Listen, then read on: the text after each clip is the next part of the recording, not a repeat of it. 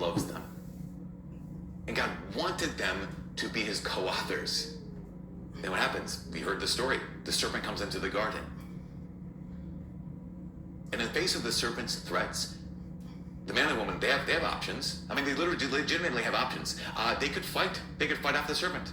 They could call out to the Lord. They could cry out to their Father and say, God, please help us. They could pray. They could trust. They could get killed. Or they could do what they did. In facing that question, will you trust the Father? Because we know this already. That's the temptation, right? The temptation is not, does God exist? The temptation of the serpent is God good? Can you trust him?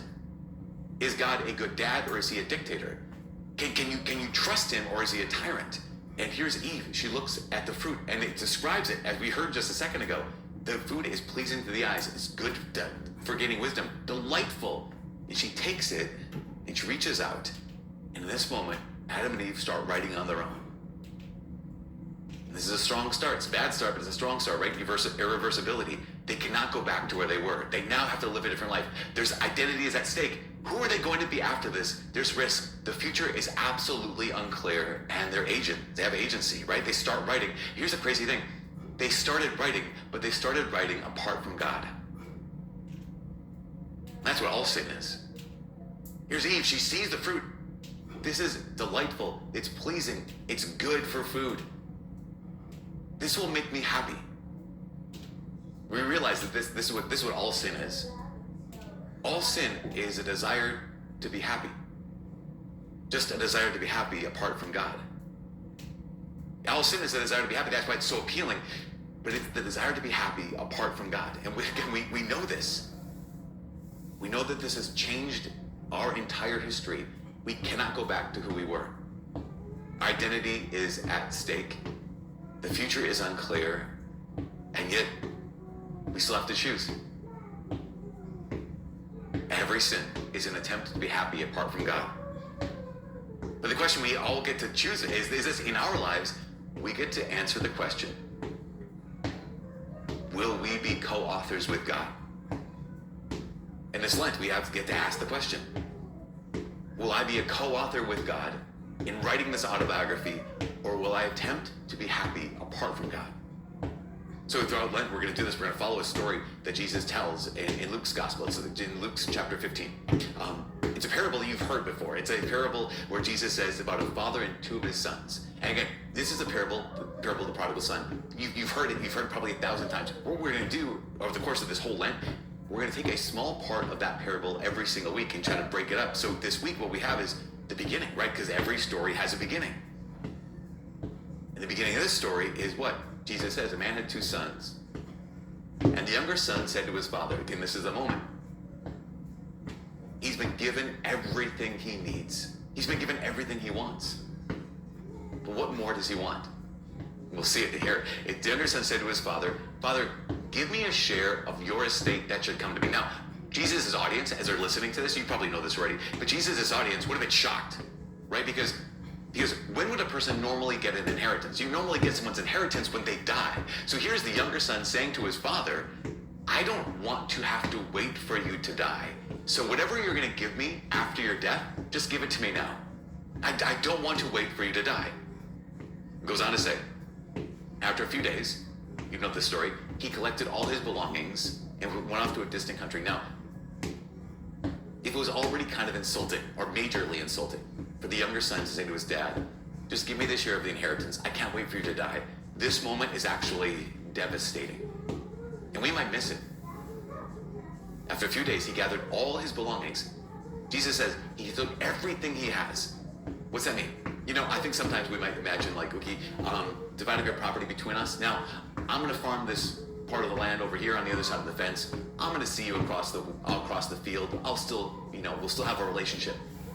The younger son takes all of his belongings and went off to a distant country. Now, this is so important. Do you understand ancient Israel? We realize that if you have land, that's family land. Like we know, right? When Joshua led the people of Israel into the promised land, all the tribes, all the families, they got land.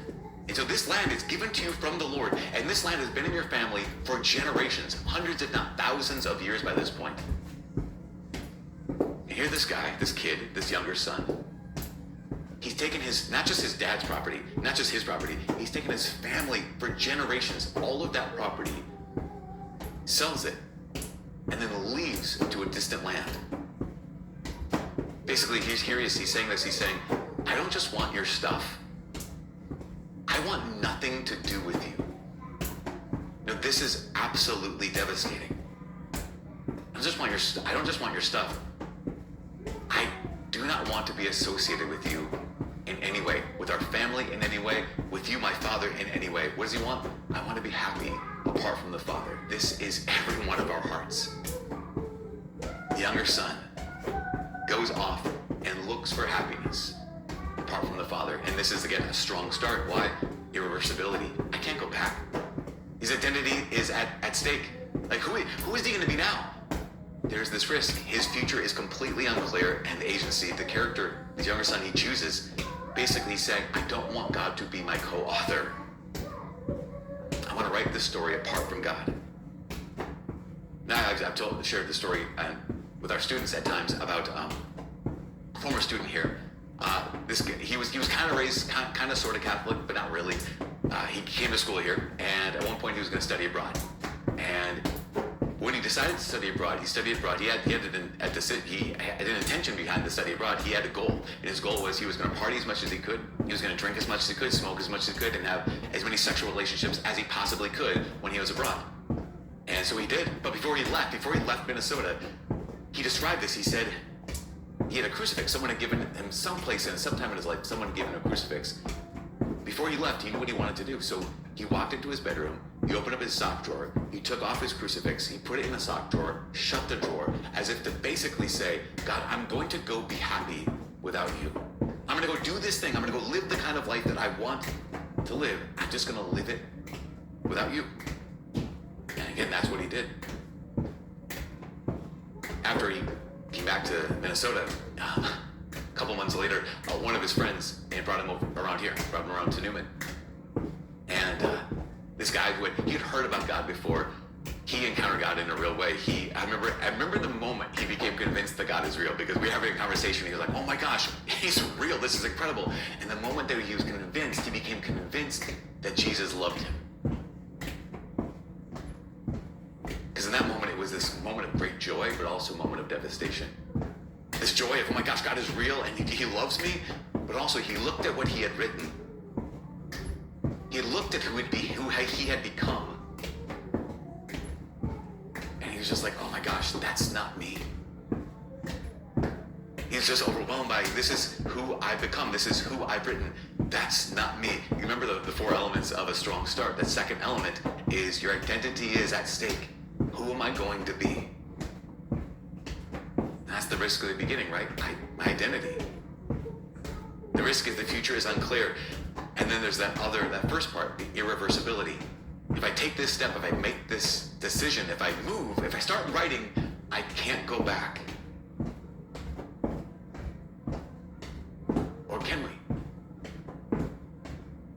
You know, Jesus tells that story. He says that younger son at some point now, after he had squandered all of his possessions, he found himself in dire need. And the line that Jesus says, he says, coming to his senses. Another translation says, coming to himself. My favorite translation says, remembering himself. He thought, how many of my father's hired men have more than enough food to eat? And here I am, dying of hunger. I'm going to go back to my father. Now this is really key. He says, he remembers himself. Now I just think this is remarkable. I imagine he might have had the conviction, I can't go back to who I was. I can't do it. I imagine he had that conviction, I don't know who I'm going to be, right? This identity is at stake. When it came to himself,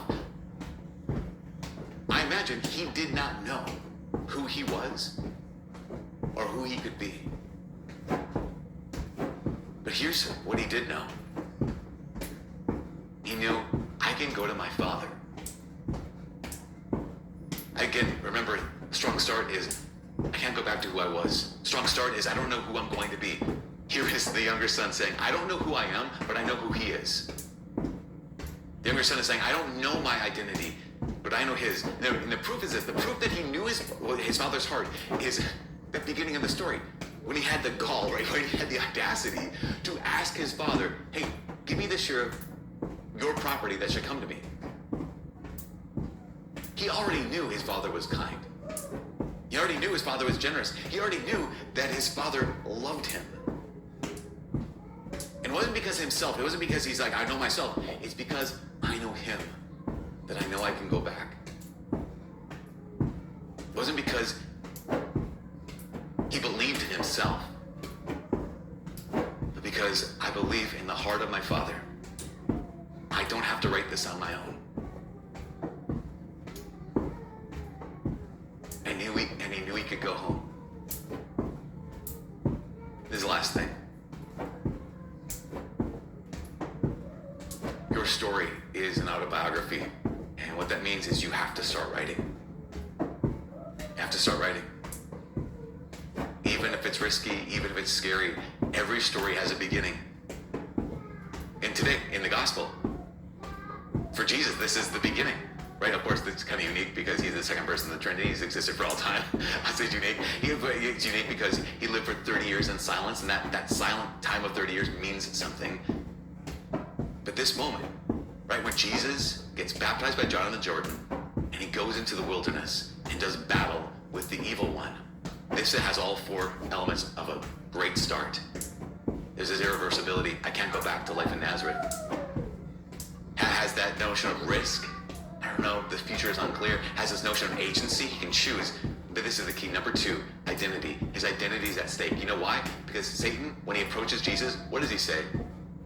He says, if you are the Son of God. He goes right for his identity. If you're the Son of the Father, then do this. Jesus passed the test. Why? Because Jesus started. But he hadn't left the Father. He left with the Father. He started with the Father, and you can too. Because this life is your autobiography. And maybe you tried to write on your own. Maybe we've tried to be happy apart from the Father. But today's a new start.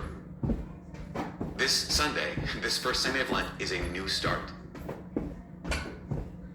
It gives us the opportunity to remember who you are, to remember who He is, to come back to the Father, to realize that every story, every autobiography has a beginning. And your beginning starts now.